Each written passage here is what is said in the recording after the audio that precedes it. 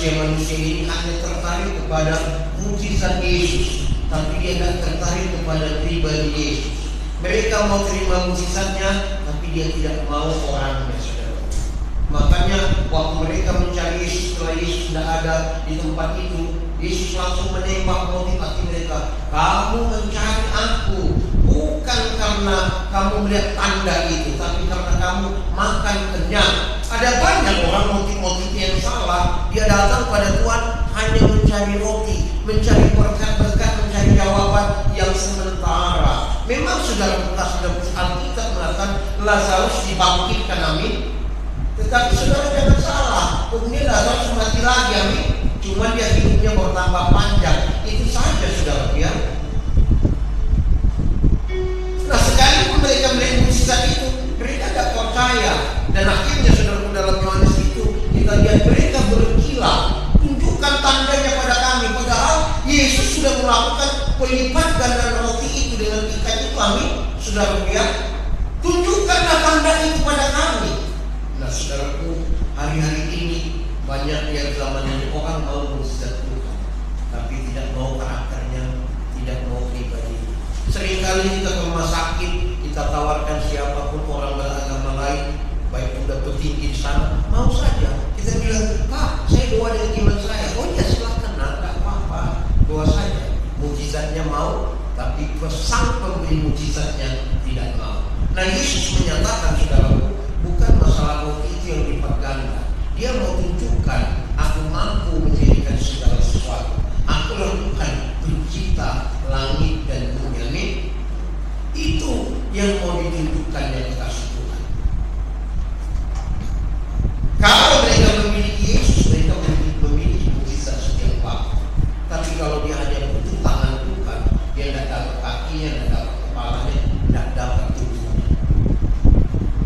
Amin.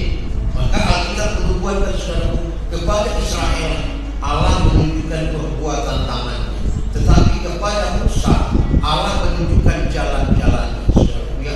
Kepada Musa Allah menunjukkan jalannya, rahasia bagaimana mukjizat itu terjadi. Musa tahu, Musa melihat akan hal itu. Tapi orang yang berperbuatan tangan Tuhan belum tentu mengenal Tuhan. Sekalipun engkau menerima mukjizat, belum tentu engkau mengenal Tuhan. 40 tahun bangsa itu melihat mukjizat demi mukjizat. Kalau masalah makannya aja, misalnya anaknya tanya, Pak, apa yang kita makan? Tidak tahu, nak, tanya aja Tuhan, nak.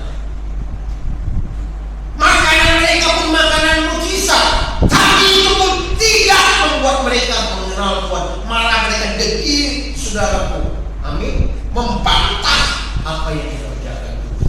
Bukan kayak yang terjadi sampai zaman hari ini. Bangsa Israel masih merasakan artinya, padahal seluruh tanda hasil mukjizat sudah terjadi di hadapan generasi mereka. Tapi mereka dengan sengaja mengignore, sudah tidak mau datang kepada Tuhan. Saudara, mari kita benahi motif hati kita. Dan dia juga mau menunjukkan bahwa dia roti hidup yang perlu kita makan supaya kita memperoleh hidup yang kekal. Amin. Bukan roti yang sementara kita makan kemudian dibuang ke jamban, saudaraku, lalu mati. Tapi roti yang memberikan hidup yang kekal. Nah ini mungkin saudaraku saya tidak lanjutkan itu. Kita bahas sesuatu yang lain. Dalam saudaraku membahas ini, saya tidak bermaksud lain saudaraku ya, tapi menunjukkan kebenaran. Bahkan di sini juga dia mengandung saudaraku bagaimana orang yang percaya itu juga suka tersinggung, dan kalau tersinggungnya tidak bisa pulih. Tersinggungnya itu memutuskan hubungan persahabatan. Tersinggungnya saudaraku memutuskan saudaraku apa? Kekerabatan kita. Karena harta warisan, darah daging tersinggung, kakak adik akhirnya tidak bertemu, tidak berbicara.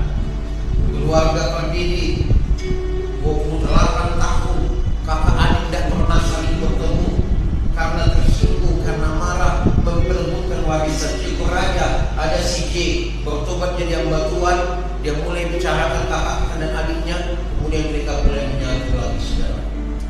Amin. Tuhan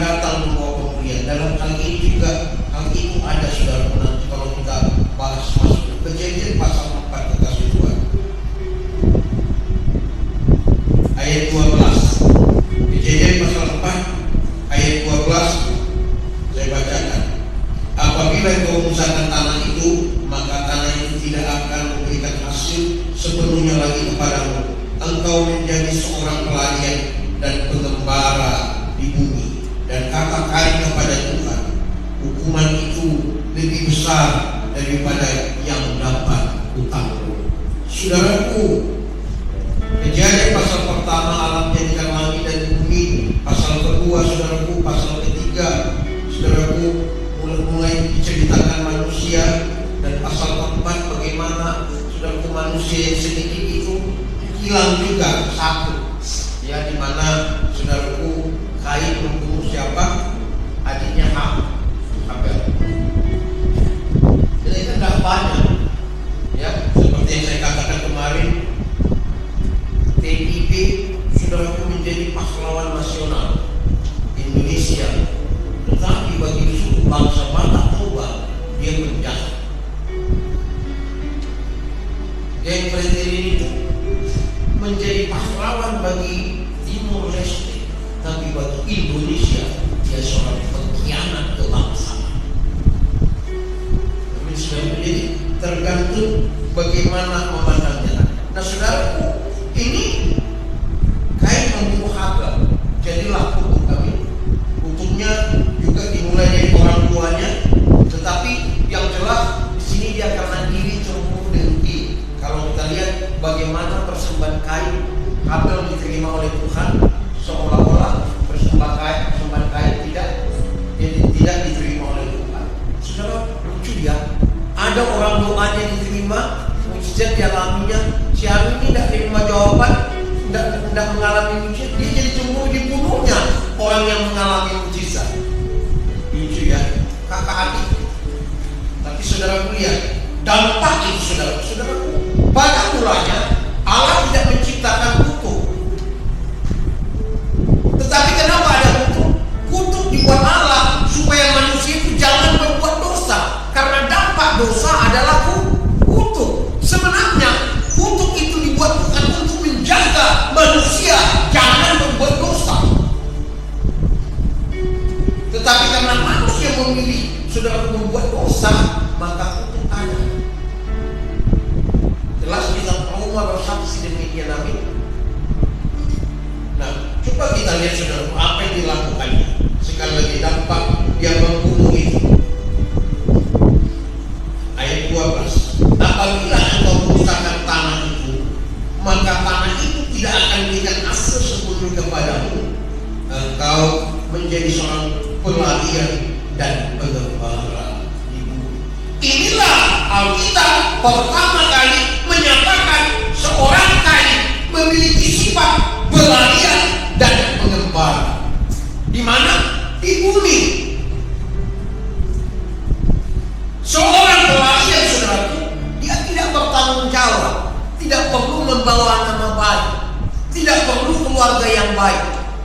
Saudara tahu ada orang berpindah-pindah di Jakarta ini, dia hafal di mana gereja-gereja yang memberikan bantuan telur, beras, uang, saudara. Mereka hafal kapan saudara udah. Oh ini jadwalnya ke sana, ini jadwalnya ke sana, sehingga mereka hidup berdasarkan pemberian gereja, saudara. Itu dijadikan bahan modal makan, saudara. Saudara lihat mereka menerima mukjizat dari Tuhan secara gratis, tapi hidup mereka tidak bertobat. Saya punya supir, saudara. Saya beritahu kepada dia yang sudah meninggal, kamu jangan salah pakai uang ini. Uang ini uang Tuhan yang saya beri sama kamu. Kalau kamu salah pakai, maka berkat akan berubah menjadi kutuk dalam hidup. Termasuk kepada teman kita yang baru sekarang, saudaraku, yang sudah saling akrab bersama. Saya bilang, Pak, tolong jangan berikan uang ini kepada rokok. Kalau kamu berikan uang ini kepada rokok, kamu sudah mengubah berkat menjadi kutuk. Jangan berikan kepada yang tidak makanan. Alkitab katakan rokok itu bukan makanan, amin. Bukan kebutuhan, saudara. Itu mengubah berkat menjadi kutuk. Sedangkan datang ke gereja, pelayanan, supaya kita juga salah satu sisinya supaya diberkati.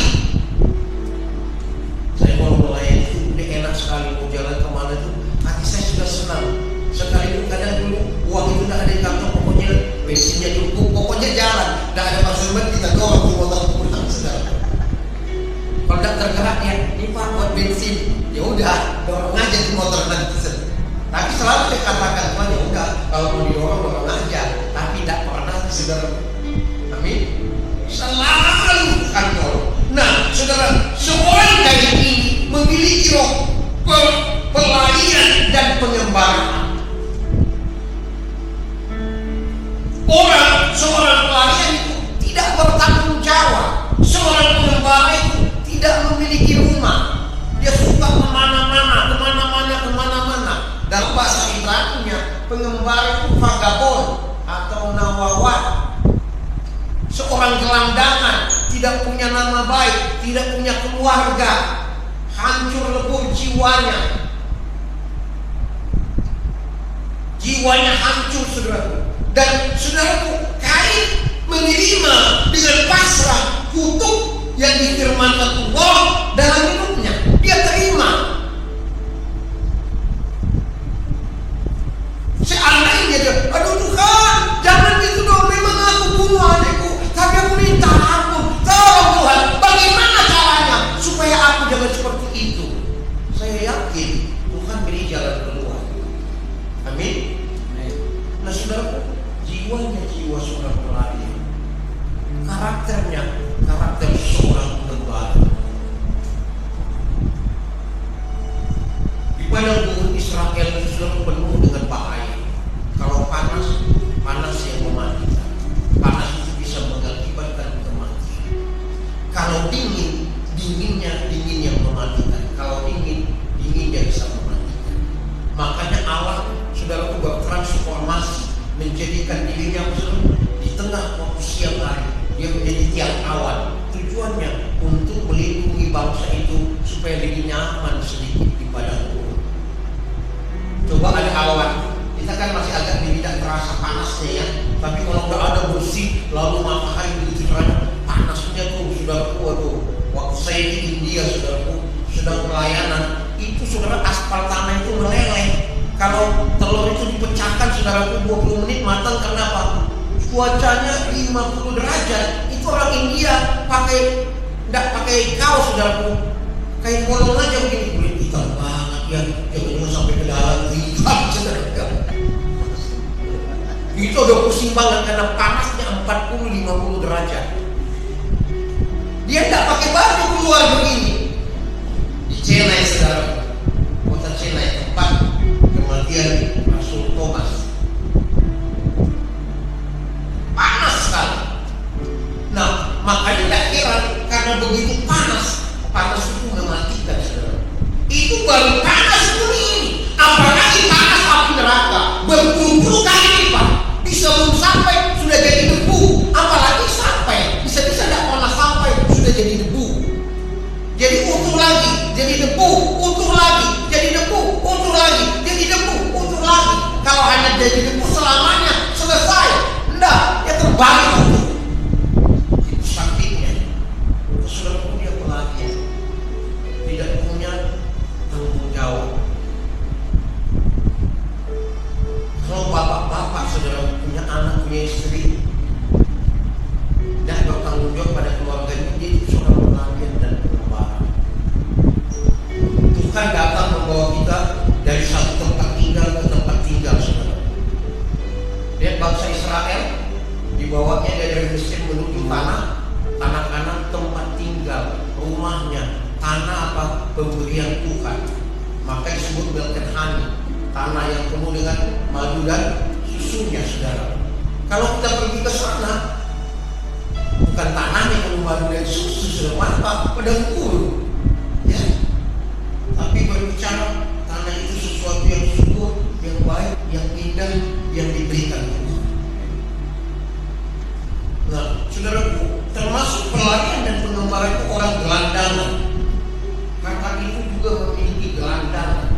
Hari ini saudaraku, di seluruh Indonesia ini, seluruh gereja-gereja banyak gelandangan-gelandangan rohani yang tidak mau memiliki rumah. Kalau saudaraku dipimpin Tuhan dari satu tempat ke tempat, itu berbeda kasih. Saya bukan tuntut tiba ada di tempat ini, ya. Dan saudara, semua kita ujung-ujungnya akan pulang ke rumah masing-masing. Semua kita akan pulang ke rumah masing-masing. Kerajaan surga adalah rumah di mana kita pulang disambut Tuhan, kerajaan surga. Tapi seorang pelayan dan pengembara, dia tidak memiliki tempat tinggal, tidak memiliki nama baik, suka utang sana sini, tidak bertanggung jawab. Seperti kodok, lompat sini udah kotor airnya, lompat udah kotor lagi, lompat udah kotor lagi, lompat udah kotor lagi, lompat. Mereka gelandangan. Beberapa tahun, mungkin 10 tahun atau lebih itu, perkiraannya sudah orang berputar di seluruh Jakarta ini sebanyak berapa? 22 ribu. Rakyat Jakarta ini ada 20 juta lebih. Banyak sekali ya. Nah, saudara lihat, memang pada mulanya bangsa Israel itu seperti gelandang rohani, tetapi atas perintah melalui Musa yang dibawa dari Mesir menuju tanah Kanaan. Dan persoalannya Mesir tidak keluar dari mereka. Saudara lihat zaman Yusuf, waktu abang-abangnya mencari makanan, bahan pangan untuk dibawa pulang ke tanah Kanaan, Yusuf berbicara bahasa Mesir dengan fasih. Apalagi orang Yahudi punya otak yang sangat pintar di dunia ini, saudaraku. Ya, Yusuf berbahasa Mesir dengan fasih. 500 sampai 600 tahun lebih kurang kalau kita hitung itu hampir dari 10 generasi, saudara. Saudara, kesukaan Mesir, keberadaan Mesir, jiwa Mesir, cara Mesir sudah melekat pada mereka. Bisa-bisa selera Mesir sudah ada pada mereka. Tapi mereka dibutuhkan berjalan keluar daripada menuju tanah Kanaan. Satu upah mereka untuk tetap di sana supaya jangan dijajah lagi. Mesir berbicara, saudaraku, tempat kematian, tempat hukuman, gambaran situasi dunia ini yang menghukum penyembahan berhala, ilmu-ilmu perdukunan. Allah melepaskan kita, memanggil kita dari Mesir menuju membawa kemana? Ke tanah Kanaan, supaya kau berbahagia dan supaya ada tempat tinggalmu sehingga kau bisa beranak pinak, beranak cucu.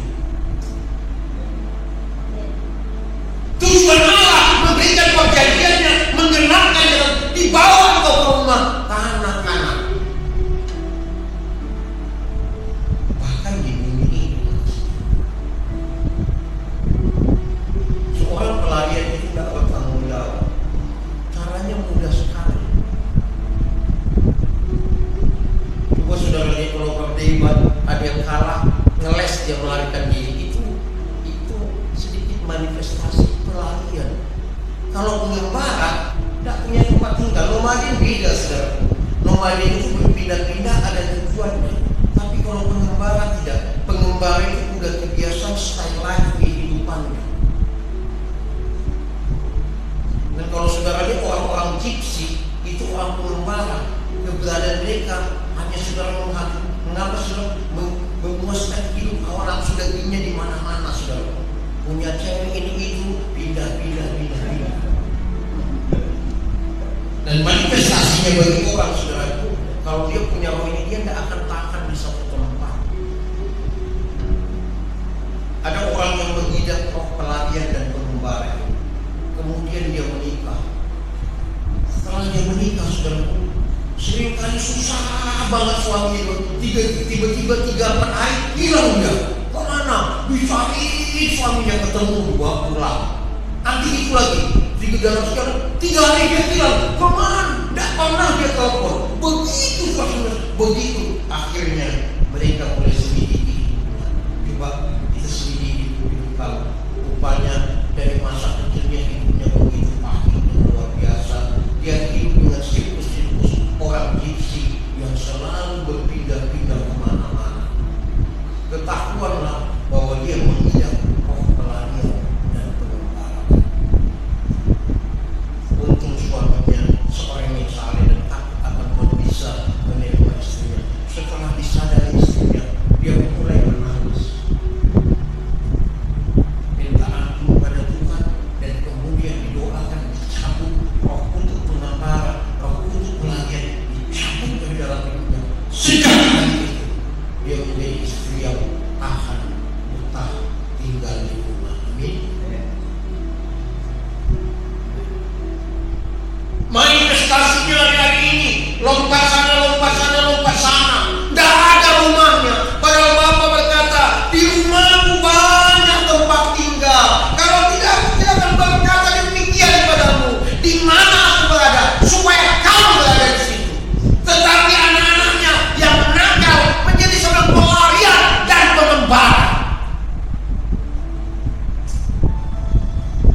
kita lihat di dalam saudaraku Mazmur, bagaimana Tuhan menuntun orang-orang berjiwa seperti ini.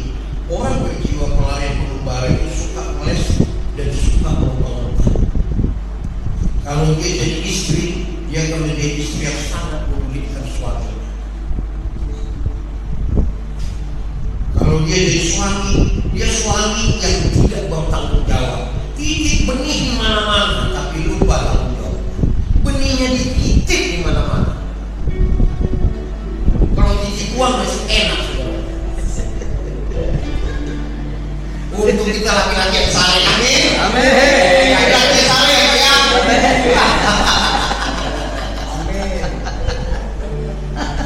Banggalah anak-anak kalau bapakmu itu saleh. Sekarang si saleh yang banyak, tapi perbuatannya tidak saleh. Jangan hanya lihat keburukan kejelekan bapakmu. Biasanya menurut tetangga lebih manis, lebih harum, lebih hijau. Tapi karena sepintas, amin. Kalau masuk lebih jahat di sana daripada di sini. Anak-anak mulai remaja, mulai dewasa, rumah tangga papa mama kami dan baik, jangan dia itu. Kamu dan dia bagaimana papamu setia kepada mama, mama setia kepada papa, itu more than enough, lebih dari cukup, amin. Apalagi tak titip benih di mana-mana, saudara. Ya. Orang pelayan pengembara itu laki dan perempuan itu bermain laki, bermain perempuan itu hal sudah biasa, itu kebiasaan mereka. Dan paling parah manifestasinya, saudara, kalau dia dapat pekerjaan yang bagus sekali, dia tidak akan paham, dia tidak akan keras. Dia akan keluar. Saya melihat itu, melihat orang yang mengalaminya hidupnya di bawah itu, dan sampai dia meninggalkan pelayanan dan hancur. Jiwanya hancur. Kita lihat Mazmur 107. Bagaimana saudaraku tuntunan bimbingan Tuhan untuk membawa kita pulang ke rumahnya. Mazmur 107 ayat 4. Ada orang-orang yang mengembara di padang gurun, di padang belantara, jalan ke kota tempat kediaman orang, tidak mereka temukan. Inilah pengembara itu.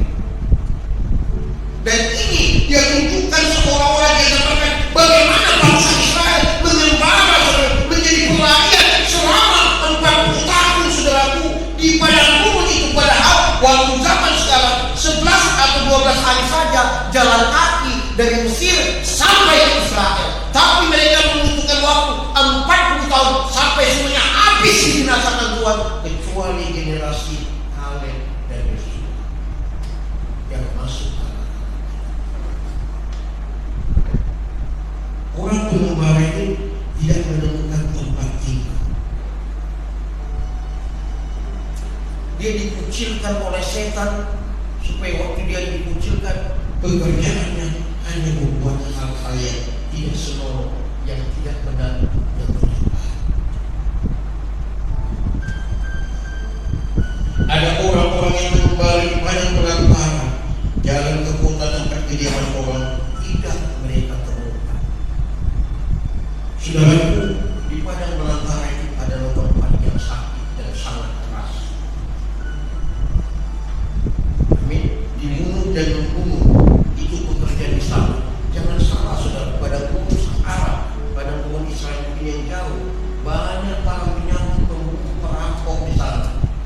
Kalau kafilah-kafilah orang-orang kaya yang sudah mereka dijarah, dirampok, saudara. Banyak, amin. Di gurun Gobi banyak para perampok-perampok siap merampok orang yang kaya yang lewat. Gaya hidup mereka, gaya hidup yang jahat. Gaya hidup mereka, gaya hidup satanik, free sex itu udah biasa. Gaya hidup mereka penuh dengan kemiskinan, sebagaimana jiwa mereka hancur, tidak ada bentuknya. Coba kita lihat ayat di sini, saudara. Ya, saya tunjukkan. Tetapi sih, ayat ini banyak sekali.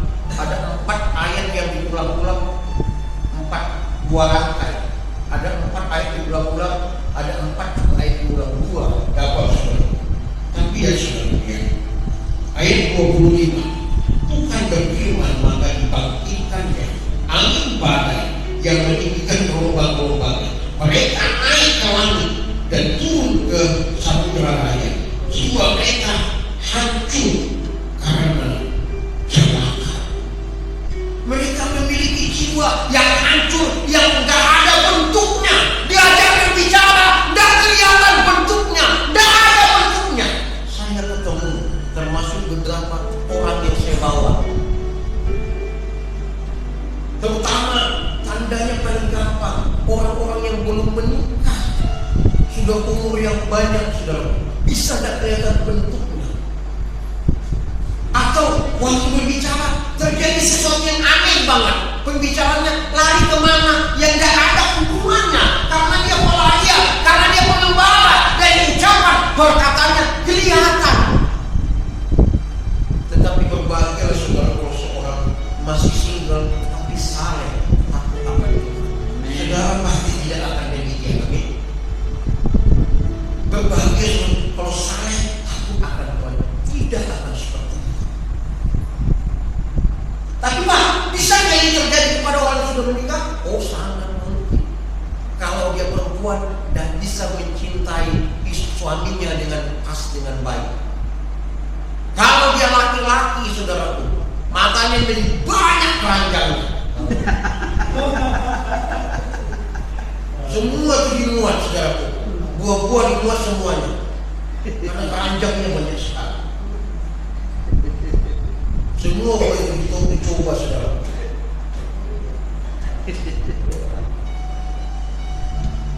Percaya saudaraku, Alkitab itu ilmu roh. Amin. Ilmu roh mengalahkan ilmu jiwa atau psikologi. Tetapi di dalam ilmu roh itu ada ilmu jiwa. Saya sebenarnya jujur, saya paling tidak suka belajar ilmu jiwa. Karena kalau ketika saudara mendalam di dalam Tuhan, ilmu rohnya Allah, saudara akan tahu membaca jiwa orang dengan mudah.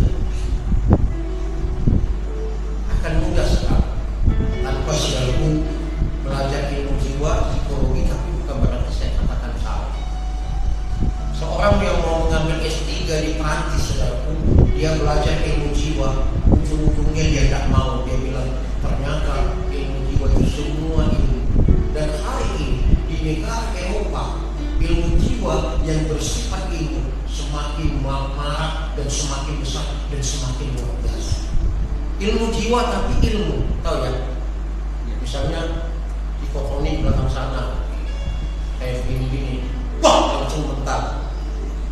Atau gini, kamu di sana, gak usah lihat, ada orang di sana bentuknya ini, mukanya hidungnya. Saya tidak lihat, tinggal diucapkan. Sekarang sedang marah karena mereka tidak memiliki Tuhan. Orang yang tidak memiliki Allah, maka dia cenderung kepada bergaul kepada roh setan. Udah pasti di dunia dua, roh Tuhan dan roh tidak Tuhan, roh hantu, saudara. Kalau kau tidak memiliki roh Allah, tidak bergaul kepada roh Allah, roh kudus Yesus Tuhan, pasti kau akan bergaul kepada roh dunia ini, kepada roh setan. Suatu hari kita lagi tidur satu kamar, saudaraku semuanya, karena AC mati yang kamarnya ada. Tiba-tiba saudaraku malam itu ada seseorang bapak bilang begini, tak enak cerita bapak saya ada waktu masih hidup. Nah, dia ada bapak. Wah, aku tidak bisa tidur ya. Oh, udah benar bapak itu ngomong. Bapak udah benar itu ngomong. Gak bisa tidur bapak bersama kita. Ya sudah benar. Kenapa? Pas saudaraku, maaf ini tidak apa. Semoga saudaraku tidak, aduh gimana, tidak bukan menunjukkan karunia setan.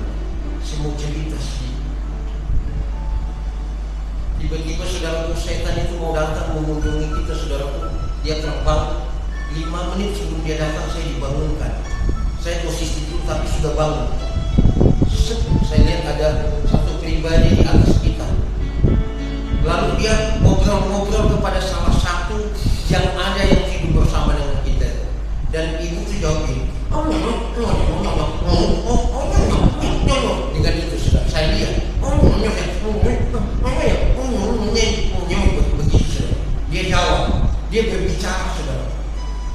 dengan roh yang datang itu. Udah benar Bapak tidak bisa tidur. Besoknya saya beritahu saudara bukan itu. Dia seperti percaya tidak percaya, itu urusan dia. Mau percaya mau tidak itu urusan kamu. Hanya ada dua saudara. Kalau saudara tidak bergaul tarik kepada Roh Kudus, saudara akan ditarik kepada roh dunia yang miskin-miskin, atau di tubuhmu nempel. Nah, saudara, kamu yang Tuhan itu akan membawa orang menuju ke kota satu kota yang kota itu berbicara suasana liar, ramai, semua serba mudah, enak di kota nih. Beda di remote place, satu tempat terpencil, payah sekali semua. Mau belanja bulanan sudah beli sekali, tidak tahu lagi kapan ke sana. Ongkosnya itu besar sekali. Kadang-kadang bisa ongkos lebih besar yang keluar daripada yang kita ambil di kota. Kota itu suasana yang liar, begitu ramai, diberkati. Dan kota Allah datang kepada kita. Dia membangun satu kota kerajaan Allah yang bakal menjadi tempat saudara dan saya. Dan hari ini sedang disiapkan terus. Amin. Bagi saya, ciri-ciri anaknya di dunia ini tidak menunjukkan karakter saudara. Dia hanya mau pertolongan, dia hanya mau mujizat Tuhan, tapi tidak mau pribadi yang karakter itu. Itu yang Tuhan menangis kepada kita. Lalu dikatakannya begini, kasih Tuhan. Ini ayat 4 ini diulang 4 kali. Nah, kita kembali dulu ke jiwa yang hancur ini sekarang. Jiwa hancur ini tidak tahu bentuk. Kalau diajak ngomong, kita seperti lolos, tidak pernah ada punya pegangan. Atau kalau dia ngomong, gampang sekali dia melupakan ucapannya. Dan jiwa yang hancur itu tidak punya pegangan. Yang penting dia bicara saja, ngomong saja. Saudaraku, berterus terang itu ceplas-ceplos itu ada baiknya, tapi saudara, ceplas-ceplos itu ada tidak baiknya. Yang benar di dalam Tuhan, saudara harus terbuka pada saat terbuka. Tapi saudara harus menahan pada waktu saudara menahan. Itu saudara. Kalau saudara main ceplas-ceplos sana sini, satu kali itu pasti terpukul dan dipukul. Pasti mendapat pelajaran yang sangat keras. Pasti sudah. Jiwanya hancur yang digambarkan bagaimana. Ini saudara, Tuhan yang beracara dengan dia supaya dia melakukan ayat 4 berseru 4 kali. Di situ ada ayat itu. Ada rohnya. Jiwa Yesus itu jiwa yang tenang, jiwa yang rendah hati. Amin. Siapa dalam Alkitab yang punya jiwa seperti itu? Yosua dan Kaleb. Mereka memiliki jiwa yang lain, jiwa yang murni, yang bersih, yang sudah. Apa jiwa itu? Jiwa itu apa? Ada pikiran, ada perasaan, ada kehendak. Orang-orang yang sudah mendapat peristirahatan, perhentian di dalam dirinya, saudara, ketika kita mengajak dia berbicara, enak sekali berbicara.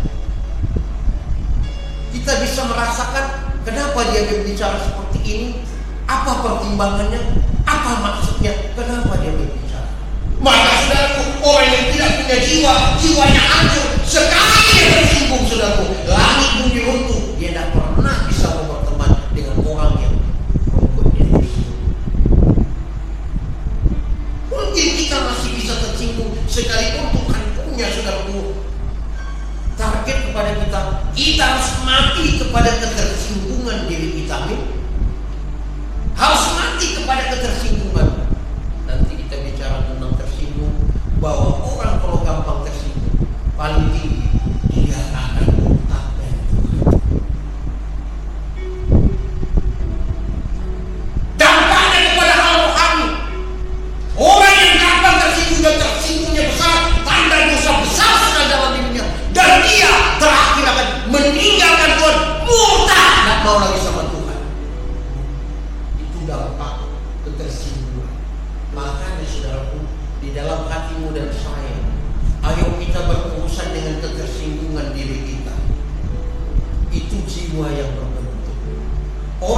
jiwanya sudah ada jiwa Kristus, waktu dia tersinggung, dia diam dulu, dia datang pada Tuhan. Tuhan, kenapa si Ani ngomong begini padaku? Apa maksudnya? Berikan saya pengertian. Dari mana? Kenapa dia bisa ngomong itu? Seringkali nanti Tuhan akan datang, dia ngomong itu begini, pola pikirnya begini. Dan waktu orang itu tahu, dapat jawaban dengan sendiri, dia tidak perlu minta maaf sama orang itu. Dia langsung tenang aja, damai, karena dia sudah memahami kenapa dia menyinggung, kenapa dia tersinggung. Tapi yang paling parahnya itu orang yang tersinggung. Bagaimana orang yang menyinggung itu? Apakah dia merasa atau dia batu? Itu persoalannya nanti. Setelah urusi ketersinggungan, kalau tidak, kamu pasti akan murtad meninggalkan Tuhan. Mau lihat ayatnya? Oke, tapi kita saya tunjukkan ayatnya sebagai bahan dasar. Matius pasal 24. Matius pasal 24. Ayat tersinggung, saudaraku, dan itu disebut tanda akhir zaman. Tersinggung bukan main-main, saudara. Itu tanda akhir zaman. Matius pasal 24. Saya lihat dulu ayatnya ya.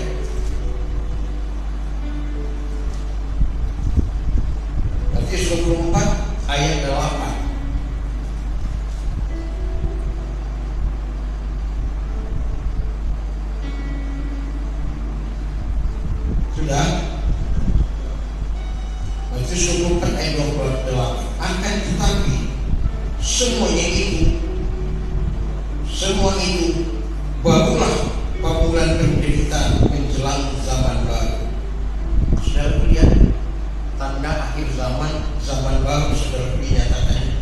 Pada waktu itu kamu akan diserahkan supaya disiksa, dan kamu akan dibunuh, dan kamu akan dibenci, dan kamu akan dibenci semua bangsa oleh karena nama. Ayat 10. Dan banyak orang akan murtad. Kata murtad itu dalam bahasa Yunani dipakai istilah skandalis, dan banyak orang akan berskandal, murtad, dan banyak orang akan apa, saudaraku, tersinggung. Perhatikan, saya bacakan langsung.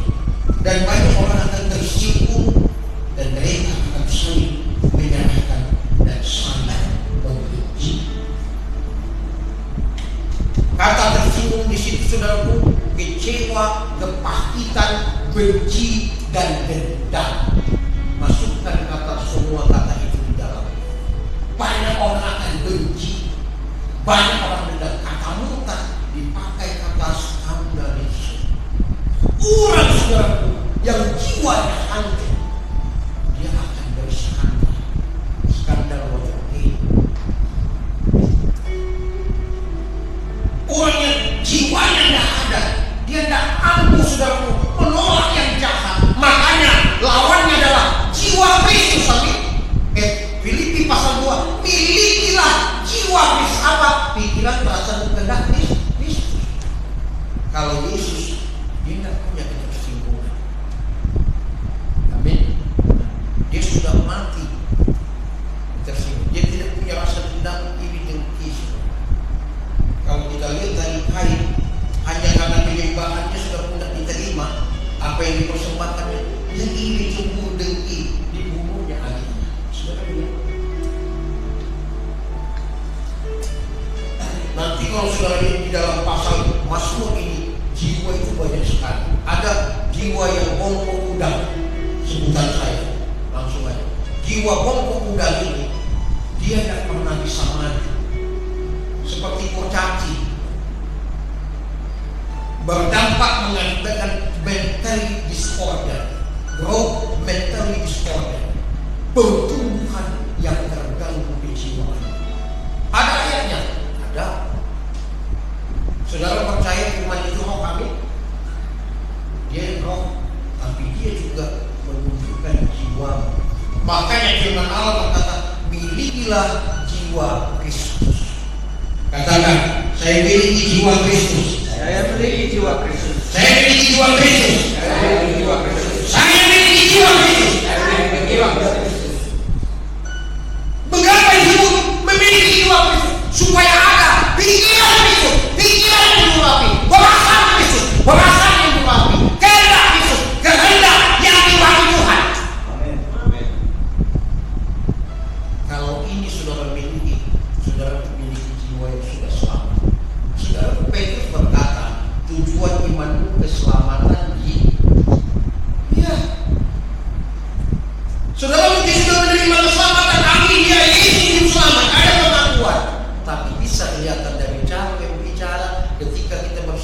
teman-teman, kelihatan jiwamu belum selamat.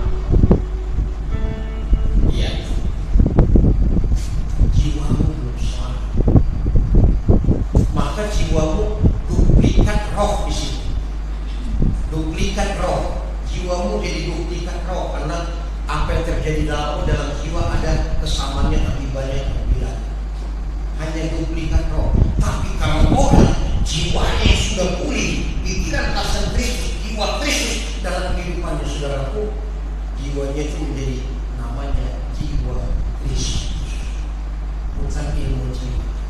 Jiwa yang di Tuhan, iya. Makanya pola pikirnya berbeda. Waktu dia ada ngomong, kita bisa melihat dia berbicara semua ada dasarnya, berasa ada dasarnya. Tapi orang yang gak memiliki jiwa itu, jiwanya hancur, sudah umur sekian, pengen banget berumah tangga, diajak ngomong, entah apa yang dia ngomongnya. Gak ada tujuan, gak ada perhentian, malah kecapean kelelahnya saja yang kita lihat. Begitu lelahnya dia hidup ini. Kenapa? Jiwanya sendiri tidak mengalami perhentian di dalam dirinya. Jiwanya mengembara, jiwanya lari-lari, saudara. Jiwanya berlarian, tidak sanggup menghadapi persoalan, masalah bersaudara, pertengkaran harta warisan. Tidak sanggup, tidak mau bertemu. Padahal kalau dibiarkan tetap tidak pernah selesai. Pertengkaran harta warisan orang tua, mau tidak mau bagaimanapun terpaksa. Kita harus bertemu saudara-saudara ini, berbicara dengan dingin kepala dan dingin hati, bukan berbicara dengan golok saudara. Doh, itu aku, itu hak aku. Goloknya berbicara saudara. Kalau saudara baca ayat ini, banyak sekali jiwa, jenis jiwa yang bongkok muda, jiwa yang terombang-ambing, jiwa yang terpuruk, yang berakibat ini. Kita lihat ada satu ayat itu lagi saudaraku, tapi saya coba lihat 1 Korintus 13. Saudaraku, growth mental disorder, pertumbuhan jiwa yang terganggu. 1 Korintus 13 coba. Ayo kita lihat. Jadi Quran di situ saudara. 13 kita lihat. Ya, ini orang yang jiwanya terganggu saudaraku dan bertumbuh. Umurnya sudah banyak, jiwanya jiwa anak kecil yuk. Jiwanya terpenjara sebentar. Jiwanya lemah, jiwanya tidak nyambung, diajak ngomong, diajak bicara, tiba-tiba lari kemana? Dan waktu larinya aneh banget rasanya. Itulah dia. Aneh rasanya, kayak ada sesuatu yang lain. Saudara pasti tahu tuh, kalau bicara orang nggak nyambung kan, iya kan? Iya kan, pasti kan? Cuman kadang kita pernah nggak tahu aja supaya dia jangan merasa gitu. Kalau kita ikuti makin aneh ujungnya saudaraku, nggak ada urusnya. Bukan ampunilah kita ini berdosa, yang tahu berbuat dosa. Ya, 1 Korintus pasal 13 ayat 11. Perhatikan ya. Ketika aku kanak-kanak, aku berkata kanak-kanak, aku berkata seperti kanak-kanak, aku merasa seperti kanak-kanak, aku berpikir seperti kanak-kanak. Sekarang sesudah aku menjadi dewasa, aku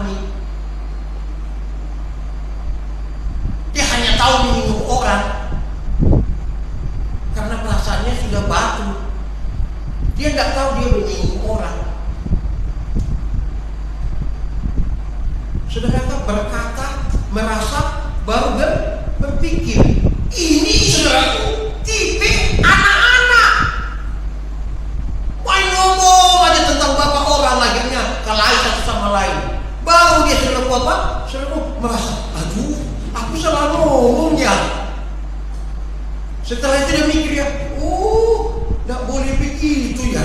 Di belakang sudah terlanjur baru. Orang dewasa bagaimana saudara? Dibalik. Jiwa yang dewasa berpikir dulu, merasakan, baru mau ngomong.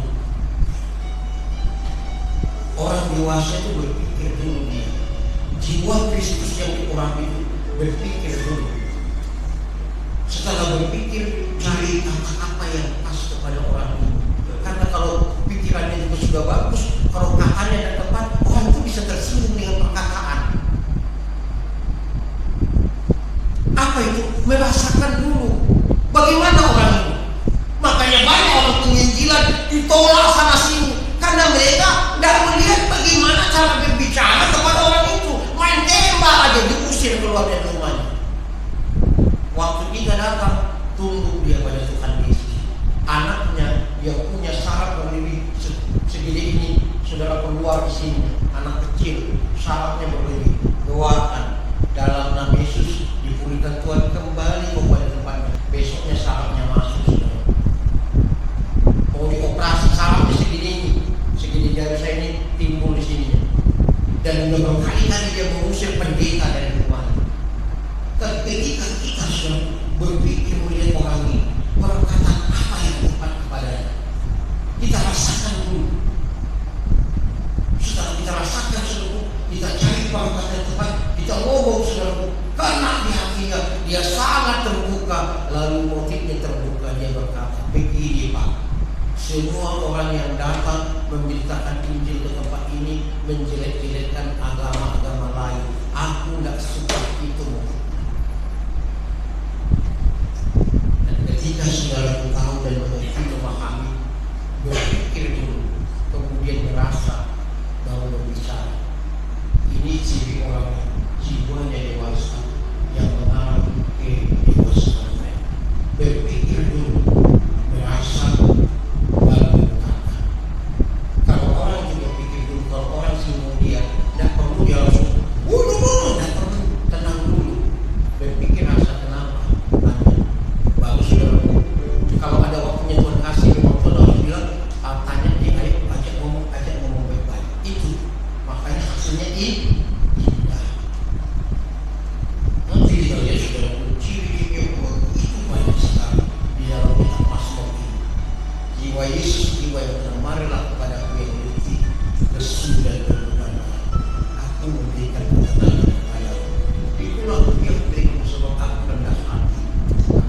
Dan jiwa pun akan mengalami kelegaan. Dia punya jiwa yang sudah rendah. Mari saudaraku kita mulai